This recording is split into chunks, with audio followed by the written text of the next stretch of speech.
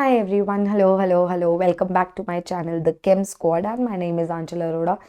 तो मैं आपको ये बता रही थी पिछली वीडियो में कि वो जो फ्रीडल क्राफ्ट एल्काइलेशन में दिक्कतें आई थी ना रीअरेंजमेंट की, उसका एक सोल्यूशन था जो था फ्रीडल क्राफ्ट एसाइलेशन करा दो फिर रिडक्शन करा दो। तो उसी नोट पे शुरू करते हैं इस वीडियो को।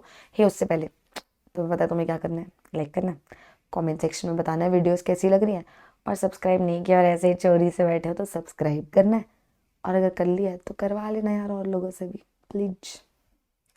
तो देखो फ्रीडल क्राफ्ट एसाइलेशन में क्या होता है, RCOCl एनहाइड्रस AlCl3 है। एनहाइड्रस AlCl3 वही Cl लेके जाएगा और इलेक्ट्रोफाइल जनरेट होगा RCO पॉजिटिव। अब तुम्हें पता है आगे क्या कहानी है, असाइल जनरेट हुआ है, असाइल कार्बोकटाइन, तो ये पाई इलेक्ट्रॉन्स जाएंगे, जाके इस पे ये C डबल बॉन्ड OR लग गया, इस कार्बन पे एक हाइड्रोजन भी है, ये पॉजिटिव एरोमेटिसिटी लूज कर रहा है, रीगेन करना चाहेगा, रीगेन कराने में वही मदद होगी। ये पहले जब बॉन्ड टूटेगा, जनरेशन ऑफ इलेक्ट्रोफाइल वाली बातें याद है ना, मैं हर वीडियो में इसलिए नहीं बता रही बिकॉज मुझे ऐसा लगा कि नहीं बताती, बट चलो बता देती हूँ।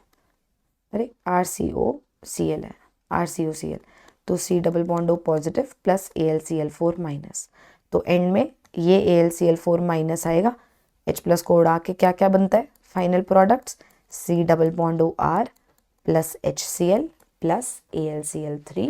तो AlCl3 रिएक्शन में जैसे गया था वो वैसे ही बाहर आ गया है, और इसीलिए हम उसको क्या बोलते हैं, इसीलिए हम उसको बोलते हैं क्या चीज़, कैटलिस्ट।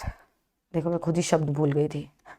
तो CH3COCl anhydrous AlCl3 C double bond O CH3 लग जाएगा, ये टूट के ये कार्बोकटाइन बनेगी और ये बन जाएगा, इसको प्यार से बुलाते हैं एसीटोफेनोन। भैया ये कीटोन है, C डबल बॉन्ड O के दोनों तरफ ग्रुप्स हैं, और इससे बनाओगे बेंजोफेनोन, C डबल बॉन्ड O और ये एक और बेंजीन रिंग है, इसका नाम है बेंजोफेनोन।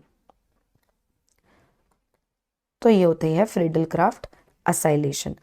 अब इसमें सवाल उठता है कि मैम फ्रीडल क्राफ्ट एल्काइलेशन में कुछ पॉली एल्काइलेशन की भी तो दिक्कत थी, तो असाइलेशन में नहीं होगी? नहीं यार, सोचो ना, ये बेंजीन रिंग है, इस पे C double bond O R लगा है ना, क्या ये इस रिंग को एक्टिवेट कर रहा है? पॉज द वीडियो, थिंक, क्या ये इस रिंग को एक्टिवेट कर रहा है? क्योंकि अगर कर रहा है तो ही तो बेंजीन से लड़ने जाने की केपेबल है कि ये मेरी रिंग पे ज़्यादा इलेक्ट्रॉन डेंसिटी है, मैं जाऊँगा इलेक्ट्रोफाइल लाऊंगा।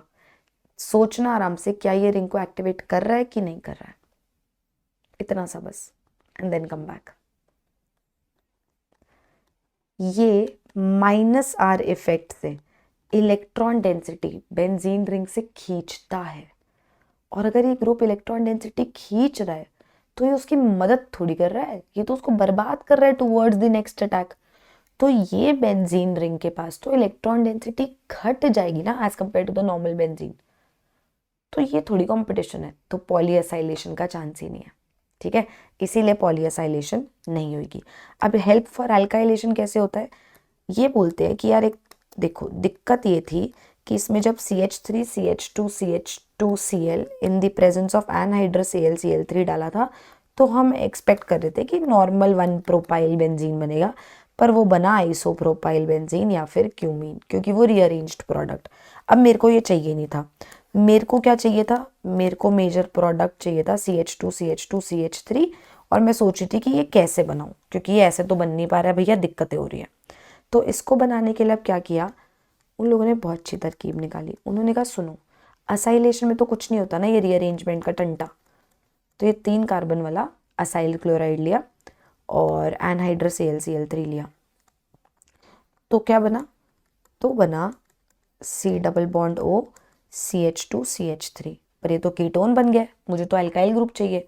अब इसको CH2 में कन्वर्ट करना है ना, मुझे क्या चाहिए, मेरे को इसकी जगह C डबल बॉन्ड O की जगह इस पे 2 H आ जाए तो मेरे लिए बढ़िया हो जाएगा।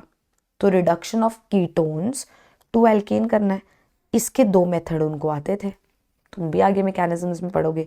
एक होता है क्लेमेंसन्स रिडक्शन, जिसमें यूज किया जाता है HCl in and zinc amalgam, और एक होता है वुल्फ किश्नर रिडक्शन, और वुल्फ किश्नर रिडक्शन में यूज किया जाता है hydrazine NH2 NH2 in the presence of a base KOH की प्रेजेंस में इसको लेते हैं और इन दोनों से ही क्या होता है, ये C double bond O reduce होके CH2 में कन्वर्ट हो जाता है।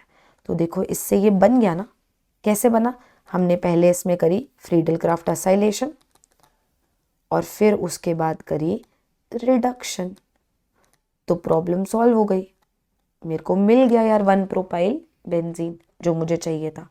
ठीक है जी, ऐसे होना था ये। ठीक है, आगे देखते हैं अब इसका मतलब ये सारे खत्म हो गए, तो अब हम रिएजेंट्स देख के प्रोडक्ट्स फिगर आउट कर पाने चाहिए। तो अगर CH3CH2Cl in the presence of anhydrous Cl है, इसका मतलब फ्रीडल क्राफ्ट एल्काइलेशन करा रहा है, एल्काइल कार्बोकटाइन बनेगी, यहाँ रीअरेंजमेंट का चांस नहीं है, तो CH2CH3 बेंजीन पे लग जाएगा। नेक्स्ट है chlorine in the presence of anhydrous Cl, chlorination करा रहा है, Cl प्लस इलेक्ट्रोफाइल है जिस पे अटैक होगा, क्लोरोबेंजीन बन जाएगा। ब्रोमीन Fe, मतलब वो कंफ्यूज करना चाह रहा है, ब्रोमीन एनहाइड्रस FeBr3 देने की जगह ब्रोमीन Fe दे रहा है, डरने का नहीं, ब्रोमोबेंजीन बन जाएगा। ये नाइट्रेटिंग एजेंट है, इलेक्ट्रोफाइल होगा NO2 प्लस और नाइट्रोबेंजीन बन जाएगा। ओलियम के केस में बेंजीन सल्फोनिक एसिड बनता है, इलेक्ट्रोफाइल कौन होता है, SO3, not SO3H, not SO3H plus, not SO3 plus, just SO3। और फ्रीडल क्राफ्ट असाइलेशन किया तो असाइल कार्बोकटाइन बनती है, C double bond O CH3 लग जाएगा।